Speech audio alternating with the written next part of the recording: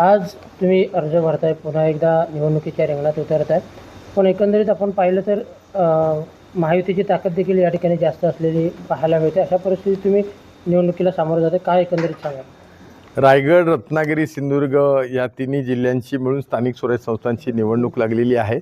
आज शिवसेना उद्धव बाळासाहेब ठाकरे पक्षाकडून मी उमेदवारी अर्ज भरत आहे. आदरणीय हिंदुहृदय सम्राट बाळासाहेब ठाकरे यांचा आशीर्वाद आहे. आदरणीय उद्धवजी आणि सगळे आमचे नेते यांनी मला उमेदवारी दिली आहे. सुप्रियाताई सुळे, हर्षवर्धन सकपाळ यांनीही त्याला सहकार्य करून मान्यता दिलेली आहे. आणि त्यामुळे गेल्या 12 वर्षामध्ये स्थानिक स्वराज्य संस्थांना लोकप्रतिनिधी विधान परिषदेमध्ये असून सुद्धा त्यांचे प्रश्न सुटलेले नाहीत.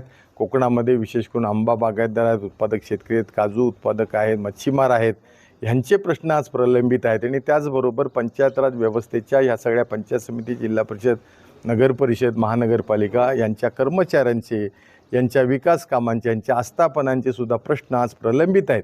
ते प्रश्न सोडवण्याकरता मी कटिबद्ध असणार आहे.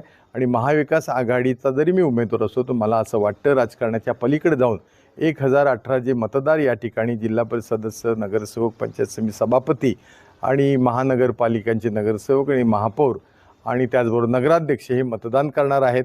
याच्या पक्षाचं कोणतेही चिन्ह नसल्यामुळं मतदान करताना निर्भीडपणानं ही सगळी मंडळी गेल्या 40 वर्षे माझी सहकारी आहेत, मार्गदर्शक आहेत.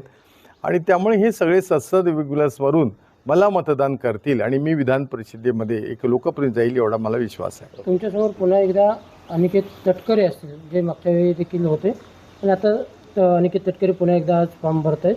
दुसरीकडे शिंदे शिवसेनेच्या जुईकर यांनी अपक्ष फॉर्म देखील भरलेला आहे. हे आव्हान कसं पाहता? तर अनिकेत तटकरे हे फक्त फॉर्म भरण्यापुरतेच येतात असा इतिहास सगळे मला इथले स्थानिक स्वराज्य संस्थेचे मतदार, नगरसेवक, पदाधिकारी जे ते सांगतायत.